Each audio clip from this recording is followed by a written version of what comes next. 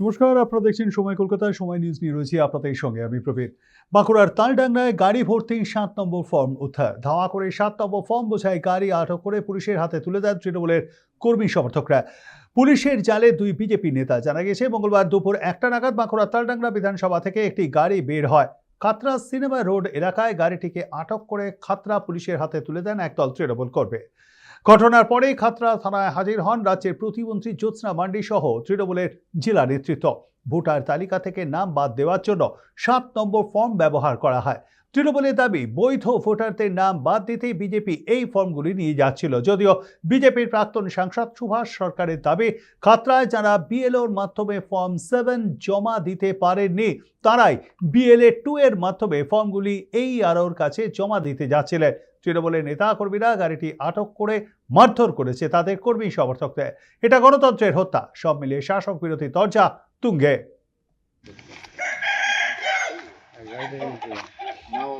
তালডাংরাতে তৃণমূল কংগ্রেসের কর্মীবৃন্দরা লক্ষ্য রেখেছিল বিজেপির কিছু অ্যাক্টিভিটিকে লক্ষ্য রাখছিল যে কি করছে তারা। আপনারা সকলেই জানেন যে গোটা পশ্চিমবঙ্গ জুড়ে এসআইআর এর প্রকল্প চলছে। সেই এসআইআর এর কাজ যেমন চলছে, সেখানে আমাদের ছেলেরাও যাদের নাম আছে 2002-এ তাদেরকেও হিয়ারিংয়ে ডাকা হচ্ছে, তারাও যাচ্ছে, তাদের হিয়ারিং হচ্ছে ঠিকভাবেই। কিন্তু বিজেপি একটা ভেতরে বড় চক্রান্ত করেছিল।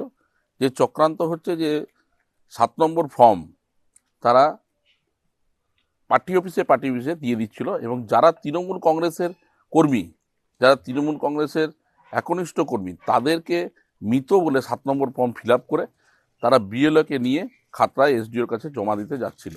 আরম্ভ করে তালডাংরা বিস্তীর্ণ এলাকা থেকে আরম্ভ করে এরা একটা গাড়িতে করে, মন্ডল প্রেসিডেন্ট আছে বিজেপির, তারা সকলে মিলে এটা প্রকল্প একটা করে ওরা নিজেরা চেষ্টা করে সবাই মিলে গাড়িতে করে খাতড়া আসছিল। সেই সময় আমাদের তৃণমূল কংগ্রেসের কর্মীরা তালডাঙ্গা থেকেই জানতে পারে যে এই ধরনের একটা ঘটনা হতে চলেছে। ওরা পেছন ধাবা করে এসে খাতড়ার সামনাসামনি ওরা এসে গাড়িটিকে ধরে, এবং গাড়িটিকে 2 জনকে পাওয়া যায়, বাদবাকি 3 জন পালিয়ে যায়।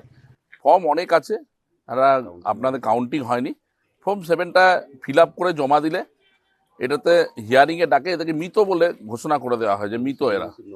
খাতড়াতে যারা ফর্ম 7 এবং আরো অন্যান্য কিছু কাগজ তাদের বোধহয় ছিল, যারা বিএলএ 2-র মাধ্যমে বিএলওর কাছে জমা দিতে পারেনি, সেই কাগজগুলো নিয়ে এই আরোর কাছে জমা দিতে যাচ্ছে। আর সেখানে কিনা তৃণমূলের গুন্ডারা তারা গাড়িকে আটকে সমস্ত ছেলেপুলেদের মারধর করে, আমাদের 2 জন কর্মী তাদের খোঁজ পর্যন্ত পাওয়া যাচ্ছে না।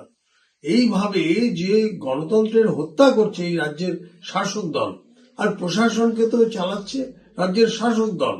আমরা চাইছি যে মানুষকে এইভাবে বোকা বানিয়ে সমস্ত জায়গায় ফর্ম ডিস্ট্রিবিউশন করে পুলিশ তার যথাযথ আইনের পথে চলবে। আর এতগুলো ফর্ম একসাথে পেলো কোথা থেকে?